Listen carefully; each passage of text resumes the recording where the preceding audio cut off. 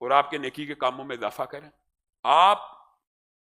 اور سب سے مزہ کا ہے بات یہ، مسجدوں کی تعداد حکومت کیا چاہتی ہے؟ ساری مسجدوں کو پنجاب کے دینا چاہتی ہے یا انہوں نے یہ مخصوص گنی ہے؟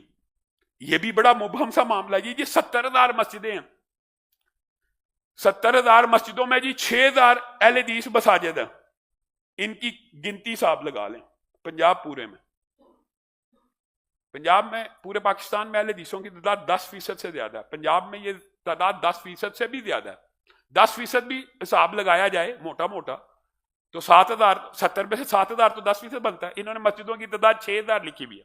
6,000 کے قریب مساجد پنجاب کے اندر صرف جمعیت اہل حدیث کے زیر انتظام چل رہی ہیں، تو باقی جماعتوں کے پاس کوئی مسجدیں نہیں ہیں.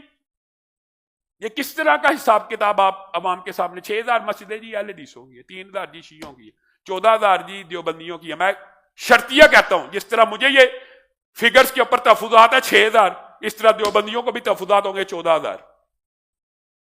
اور بریلوی مکتبہ فکر کی آپ نے مسجدیں 45,000 لکھ دی. میں اس کے مسلکی فرقہ وارانہ بات نہیں کرنا چاہتا، لیکن یہ بات ضرور کہنا چاہتا ہوں، ان مسجدوں کو بھی آپ اس مسلک کے کھاتے میں ڈال رہے ہیں جو ان کے مسلک کی نہیں ہے ابھی سے. کس وجہ سے؟ کہ آپ نے ایک جماعت کے اوپر کریک ڈاؤن کیا تو ان کو راضی کرنا. اللہ کے فضل و کرم سے یہ میں نے ایک تحدیث نعمت کے طور پہ آپ کے سامنے بات رکھی ہے. 25 کروڑ کی آبادی ہے، 10% 2.5 کروڑ اہل حدیث وطن کے اندر موجود ہیں، کم از کم موجود ہیں. میں اب کچھ کہنا چاہتا تھا لیکن میں کہتا ہوں سخت بات زبان سے ادا ہو جائے تو پہلے مولانا فضل الرحمان کے پیچھے پڑے میں کہ مولانا فضل الرحمان نے منہ پہ مارنے کی. بھائی یہ ایک جملہ ہوتا ہے. علامہ شہید نے اپنی زندگی کے اندر جب ان کے مدرسے کی گرانٹ کی بات آئی تھی، چینی والی مسجد میں ابو فری جمعہ پڑھاتے تھے، مفت، معاوضہ نہیں تھے لیتے. تو ضیاء الحق صاحب نے گرانٹ بند کر دی اور کہا گرانٹ جاری کروں گا اگر احسان اللہ زیر یہ کہنا چھوڑ دے. بتائیے آج جو مسجد کے امام کو تنخواہیں دی جا رہی ہیں، کیا اس کے اندر شکے نہیں ہیں کہ یہ کہنا چھوڑ دیا جائے، وہ کہنا چھوڑ دیا جائے؟ تو اس وقت علامہ شہید نے کہا تھا یہ 80,000 کیا ہے، 80 لاکھ ہو، 80 کروڑ ہو، 80 ارب ہو، محمد عربی کی بات ایک طرف ہو، ہم اس 80 ارب کو اپنی پاؤں کی نوک پہ رکھیں گے. یہ 25,000 کیا ہے، 25 لاکھ ہو، 25 کروڑ ہو، 25 ارب ہو، اگر اس کا مقصد اور ٹارگٹ مسجدوں پہ قبضے کرنا اور اوقاف کے ماتحت لینا اور وقف املاک کا تسلسل ہے تو یہ 25 ارب ہمارے جوتے کی نوک کے اوپر ہے. اور اگر آپ مسجدوں سے مغلظ ہیں، آج اعلان کریں کہ مسجدوں کو آپ سبسیڈائز کرتے ہیں. آپ کو اس بات پہ کیا اعتراض ہے؟ آپ مسجدوں کو سبسیڈائز کرنا چاہتے ہیں کہ مسجدوں پہ قبضہ کرنا چاہتے ہیں؟ بتائیے، حکومت بھی جواب دے. مسجد کو سبسیڈائز کرنا کتنا آسان ہے، ایک عام پیرا بنا دیا جاتا. مریم نواز صاحب آ کے کہتی ہر مسجد کو 25,000 دیا جائے گا. اللہ کی قسم کوئی اعتراض نہیں تھا. مسجد کو سبسیڈائز کریں، مسجد کی انتظامیہ جہاں مرضی لگا دیں. نہیں آپ کو سمجھ آتی مسجد انتظامیہ جی مولوی کو نہیں دے گی، اتنا آپ کے دل میں مولوی اور امام مسجد کا پیار جاگ گیا. مسجد کی آپ ایمان چاہتے ہیں، ایماندارانہ شفاف نظام چاہتے ہیں، آپ ہر مسجد کو 25,000 کی بلنگ فری کر دیں. پانی، سوئی، گیس، بجلی ملا کے 25,000 کی بلنگ فری کر دیں. 70-80,000 مساجد آپ کے لیے دعا کرنا شروع کر دیں گے. ہمیں جو عدد پیش کیے گئے ہیں ان کے اوپر بھی تحفظات ہیں، لیکن بالفرض آپ کی بات مان لی جائے تو آپ یہ فیصلہ کریں ہر مسجد کے ساتھ ہونا ہے یا یہ پک اینڈ چوز ہو رہا ہے، یہ بھی وعدے کیا جائے. آپ نے جن 6,000 کا لیا صرف انہیں کو، پھر اگر آپ نے کرنا ہے تو آپ ہم سے رابطہ کریں. جو اپنے اپنے مسلک کے بڑے ہیں ان کے مسلک کے لوگوں سے رابطہ کریں، وہ آپ کو اپنی مساجد کی ایکچوئل لسٹ دیں. اور سب سے بڑے مذہب کا ایک بات پتہ کیا، اس لسٹ کے اندر بھی آپ پڑھیں تو حیران رہ جائیں.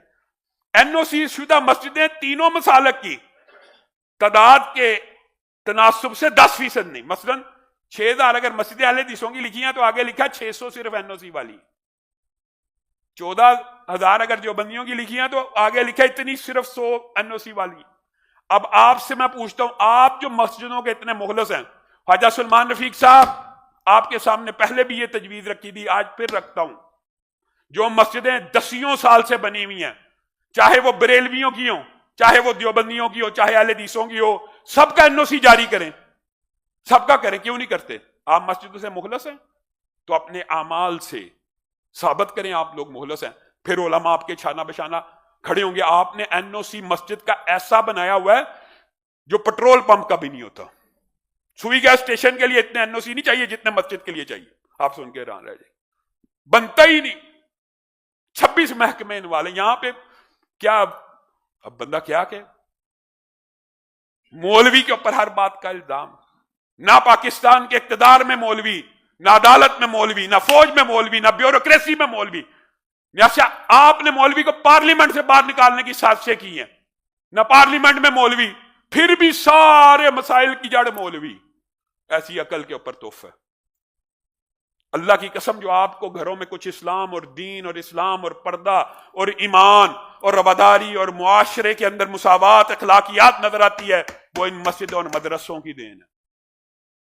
آپ ان کو خرابی کی جڑ سمجھتے ہیں. آپ نے پہلے وقف املاک کا ڈرامہ کیا، کبھی قومی آئی جانے کا ڈرامہ کیا، اب مسجدوں کے اماموں کی آڑ میں. میں آپ کے سامنے یہ مقدمہ رکھتا ہوں، پہلے سلمان رفیق صاحب اور وزیر اعلیٰ صاحبہ پہلے ہمیں وہ مسجدیں واپس کریں جو ہم نے اپنے ذاتی پیسوں سے بنائی ہوئی ہیں، اور وہاں پہ آپ نے اوقاف کے ملازم رکھ لیے 25-25 ہزار تنخواہ دے کے. آپ بات سمجھ رہے؟ ایسی مساجد سینکڑوں ہیں جہاں پہ اوقاف کے بندے متعین کر کے ان مسجدوں کے اوپر قبضہ کر لیا گیا. تو پھر جس ملازم کو آپ تنخواہ دیں گے وہ مسجد کے اوپر قبضہ نہیں ہے. آپ سمجھتے ہیں کہ مولانا فضل الرحمان اتنے بولے اور سادے اور سیدھے آدمی ہیں، آپ ان کے خلاف جو مرضی ہردا سرائی کریں، لیکن اخلاق کا اور احترام کا دامن ہاتھ سے نہ چھوڑے. اختلاف کریں، اختلاف کے ہر ایک سے ہو سکتا ہے، لیکن آپ یہ سمجھتے ہیں یہ جی علماء جی بس بیچارے.